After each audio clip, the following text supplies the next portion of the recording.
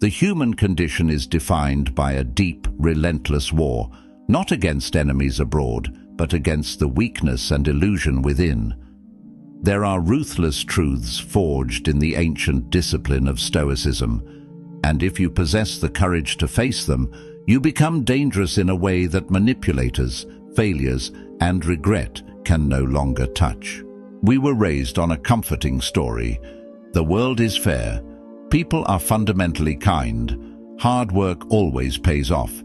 It's a sweet lie, but life whispers otherwise, loudly, insistently. The game is often rigged. Not everyone plays clean, and effort without brutal clarity bleeds you dry. Marcus Aurelius, the philosopher-emperor, reminds us, "You have power over your mind, not outside events. Realize this, and you will find strength." Own the mind, win the day. When you master your own internal landscape, you instantly rise above 90% of the crowd who are slaves to external chaos. Today, we present 14 ruthless lessons to make you dangerously smart, seeing through appearances, impossible to manipulate, and decisive under crushing pressure. Ordinary intelligence helps you solve existing problems. Dangerous intelligence helps you see them before they crash into you. It is the ruthless discipline of cutting through your own illusions. Are you ready to claim that clarity? If you are, hit that like button now. Your commitment starts here. Let's begin the forge. Lesson 1. Emotion drives. Logic is the alibi. Most human decisions are not born in a spreadsheet or a syllogism. They are triggered by a sudden spike of emotion, a rush of anger, a sting of inadequacy, or the hunger for recognition.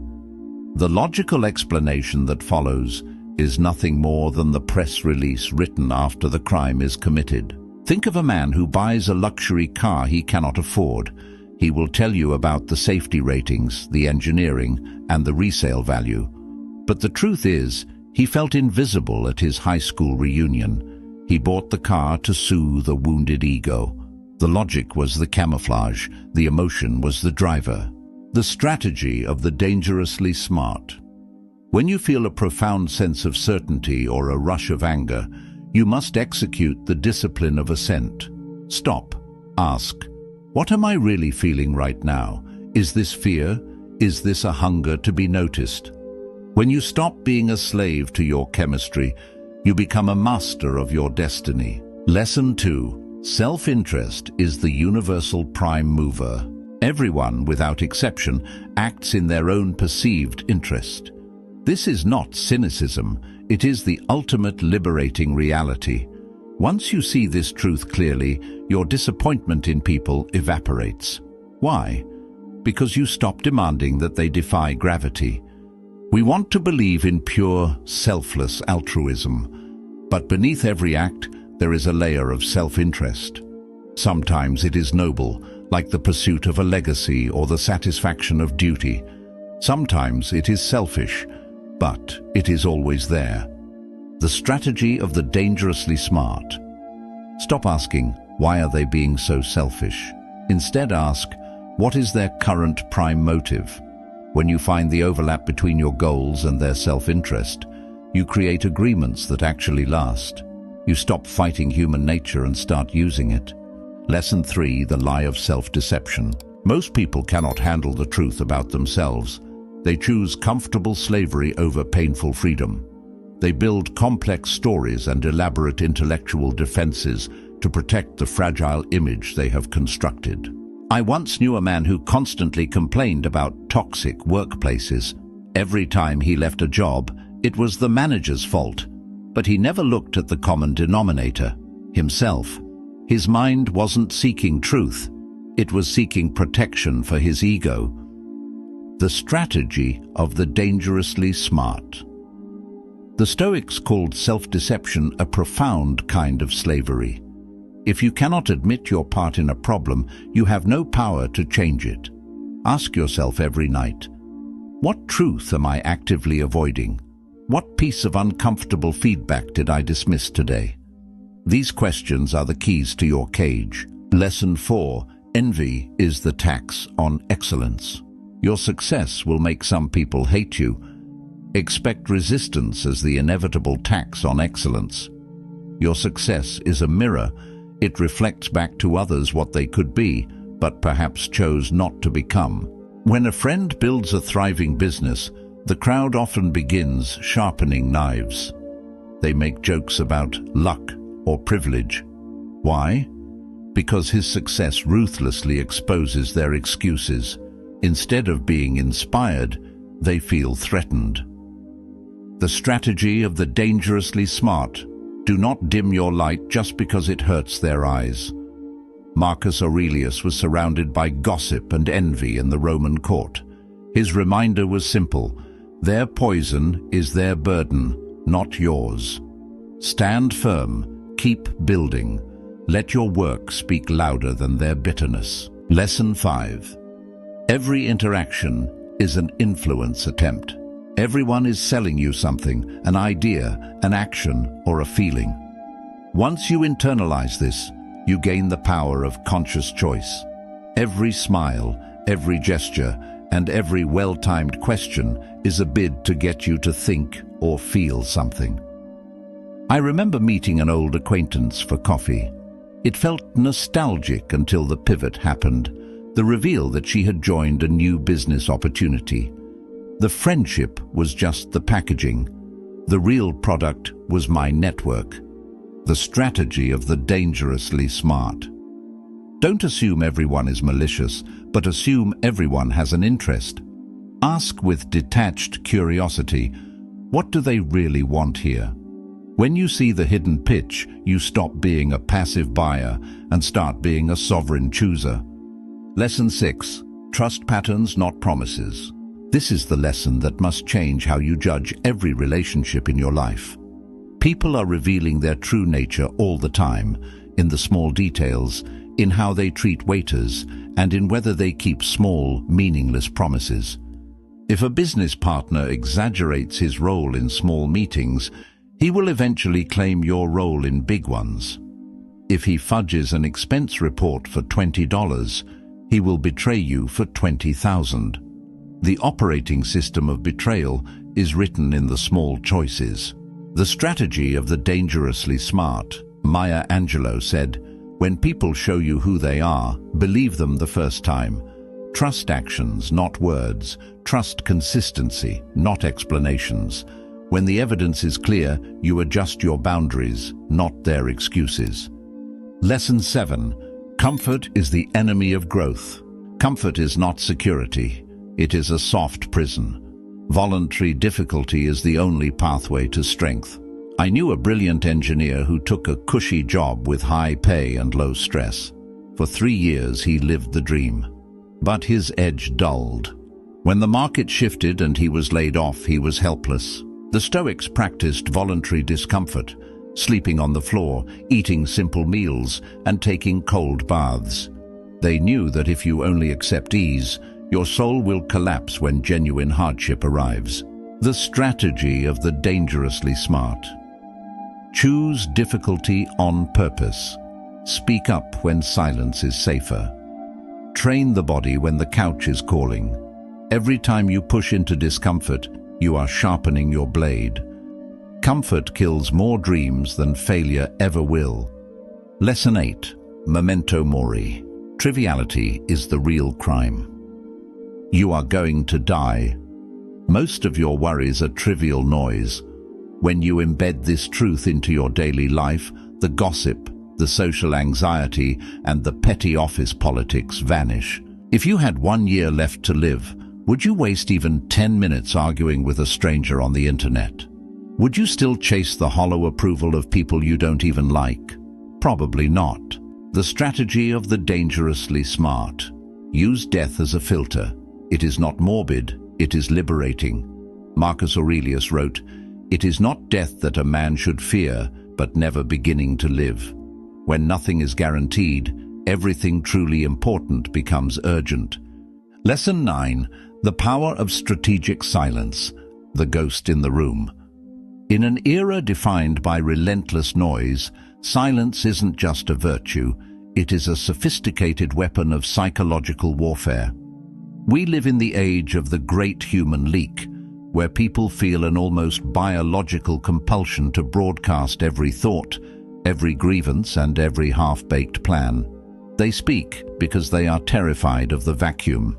To the average mind, silence feels like a void that must be filled with the clutter of words.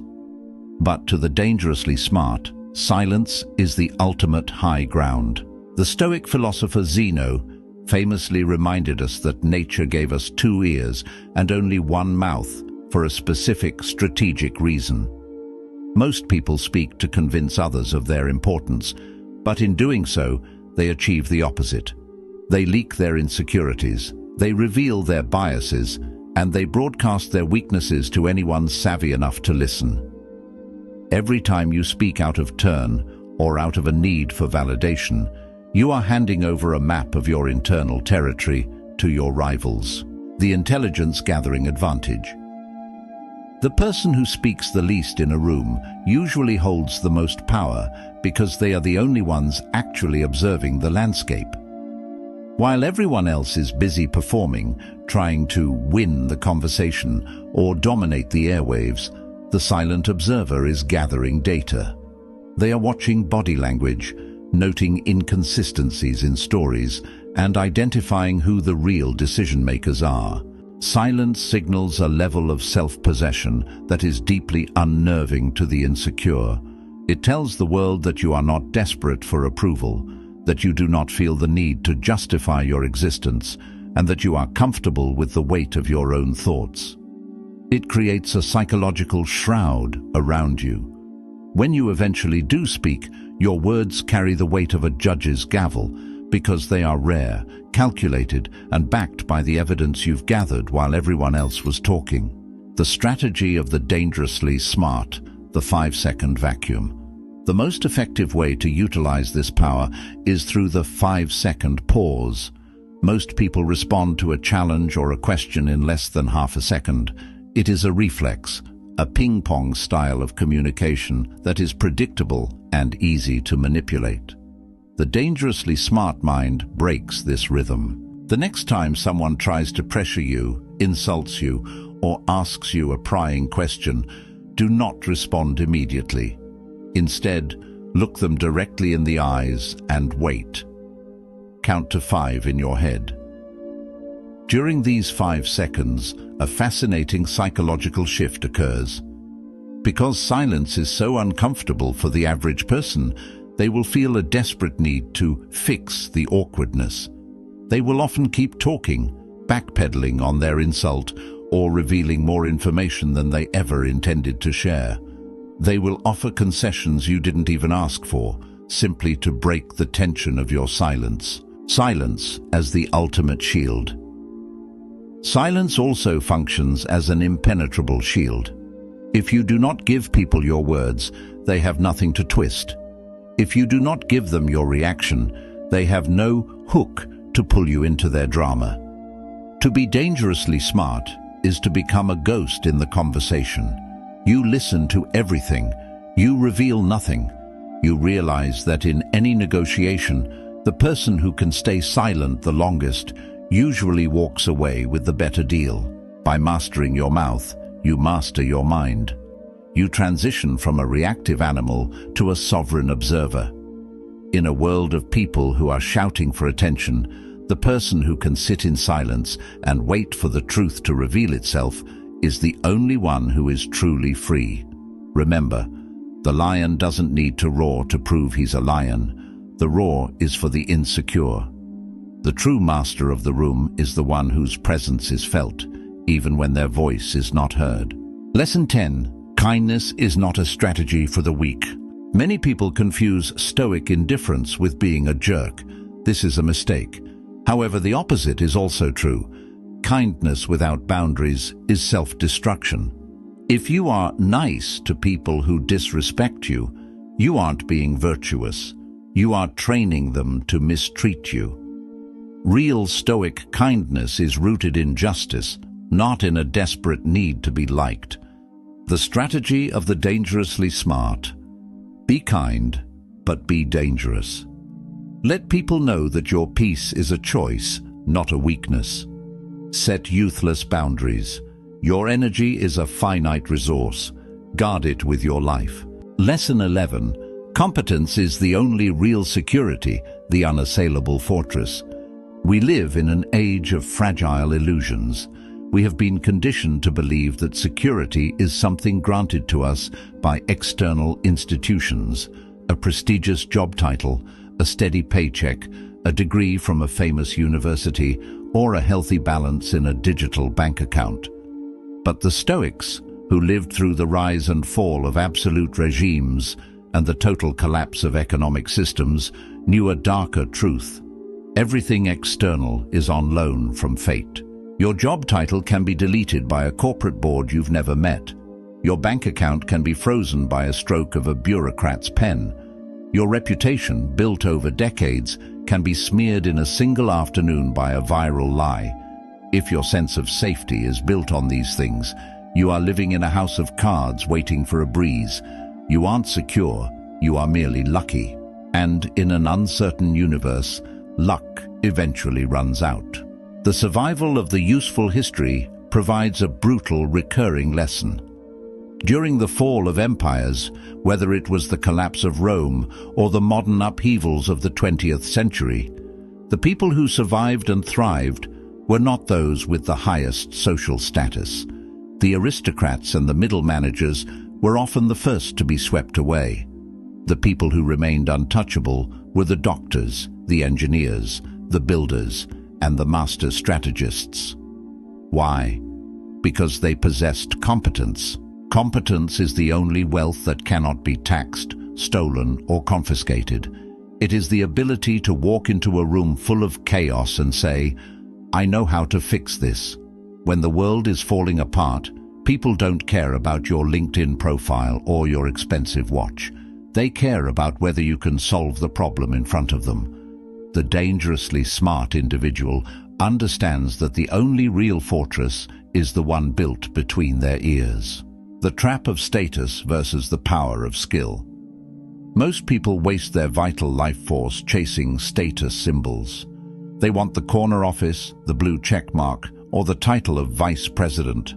These are mere labels, fragile shells that carry no inherent power. If you take away the office, the person is nothing. But if you take away the office of a truly competent person, they simply build a new one. The Stoic philosopher Musonius Rufus taught that the mind must be disciplined to be ready for anything. This means shifting your focus from appearing important to becoming indispensable.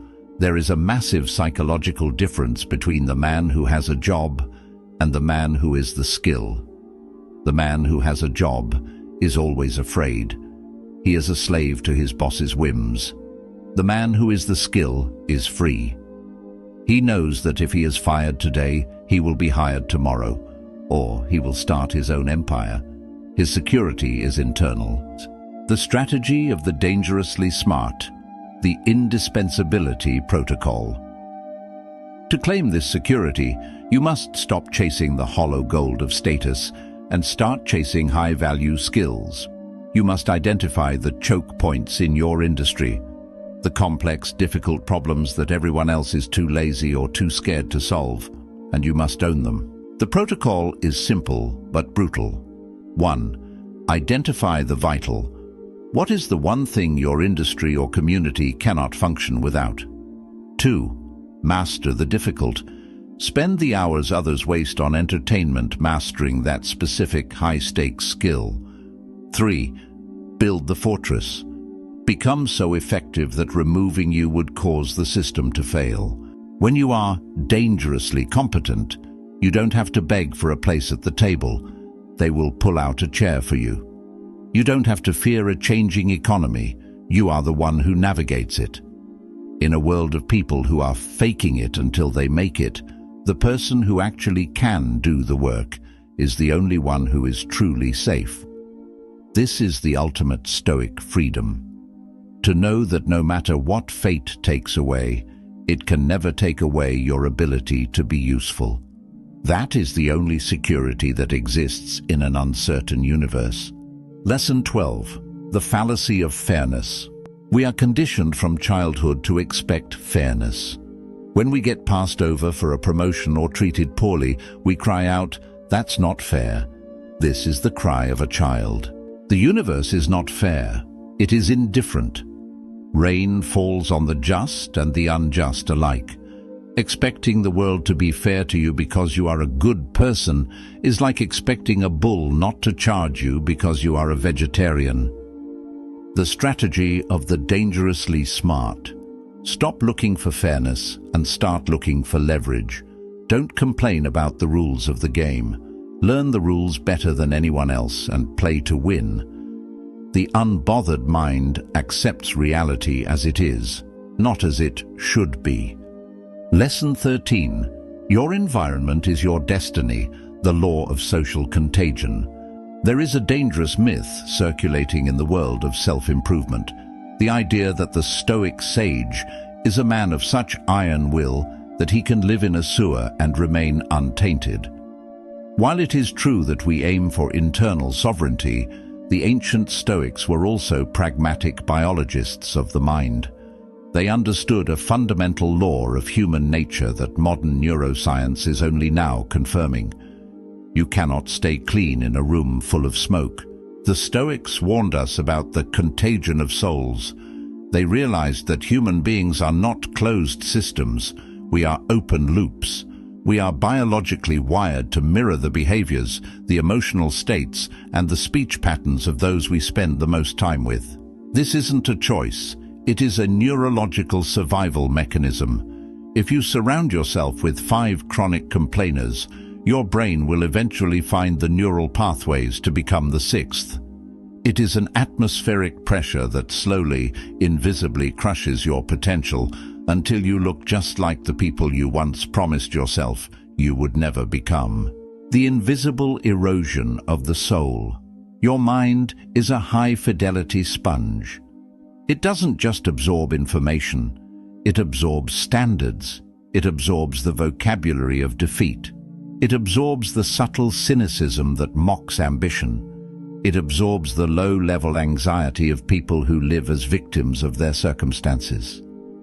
If your inner circle consists of people who spend their weekends escaping reality rather than building it, you will eventually find your own drive beginning to evaporate. You might think you are helping them or that you are above their influence, but the erosion is too subtle to notice in real time. It's the joke you didn't use to find funny, but now do. It's the goal you used to be excited about, but now feels unrealistic because your friends keep telling you it is. Every person in your life is either a gust of wind at your back or a weight around your neck. There is no middle ground. There is no such thing as a neutral relationship. Every interaction either moves you toward the mountain or toward the cliff. The strategy of the dangerously smart, the ruthless audit. The dangerously smart mind understands that independence does not mean being immune to influence. It means being ruthless about which influences you allow across your borders. You must treat your inner circle like a high-security facility. Marcus Aurelius lived in a court filled with sycophants, liars, and the lazy.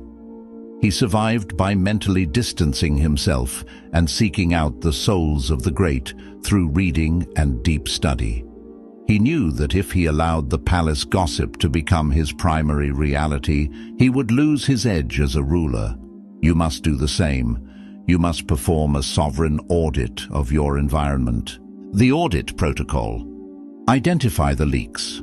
Who in your life consistently drains your energy? Who leaves you feeling cynical, exhausted, or smaller after a conversation? Identify the builders. Who challenges your excuses? Who makes you feel slightly uncomfortable because their standards for themselves are so much higher than yours? The great pruning. You do not owe anyone your future just because you shared a past.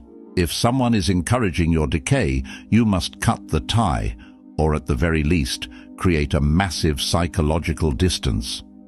It is a hard truth, but it is better to walk alone toward the mountain than to walk in a crowd toward the cliff. In the vacuum of solitude, you have the space to grow. In the clutter of the crowd, you only have the space to fit in. To be dangerously smart is to realize that you are the average of the 5 environments you spend the most time in. If you want a different life, you must find a different room. Lesson 14. Radical acceptance of the present moment. Most people live in a state of psychological time. They are either grieving the past or fearing the future. They are never here. Dangerous intelligence is the ability to look at a chaotic situation and accept it instantly. The building is on fire. This is the reality. Now where is the exit? Most people waste 20 minutes screaming about why the fire started. The Stoic is already outside. The strategy of the dangerously smart: master the power of now. When disaster strikes, skip the grief and go straight to the strategy. By accepting reality the second it happens, you gain a massive lead over everyone else who is still in shock. The vow of the sovereign mind. 14 ruthless lessons. Each one is a philosophical blade that cuts away the illusion, the fluff, and the weakness that has held you captive. If you have stayed with me this far, you already carry more clarity and more power than most. But knowledge without action is just a sophisticated form of entertainment. The question is, will you practice it? Will you choose truth over comfort? Will you choose the mountain over the mud? If this journey speaks to the warrior in you, share it, like it, and subscribe. Your training has only just begun. Leave just 3 words in the comments, your public vow to yourself. Write, "I choose clarity." Let that be your declaration that from today forward you will see through the fog and live awake.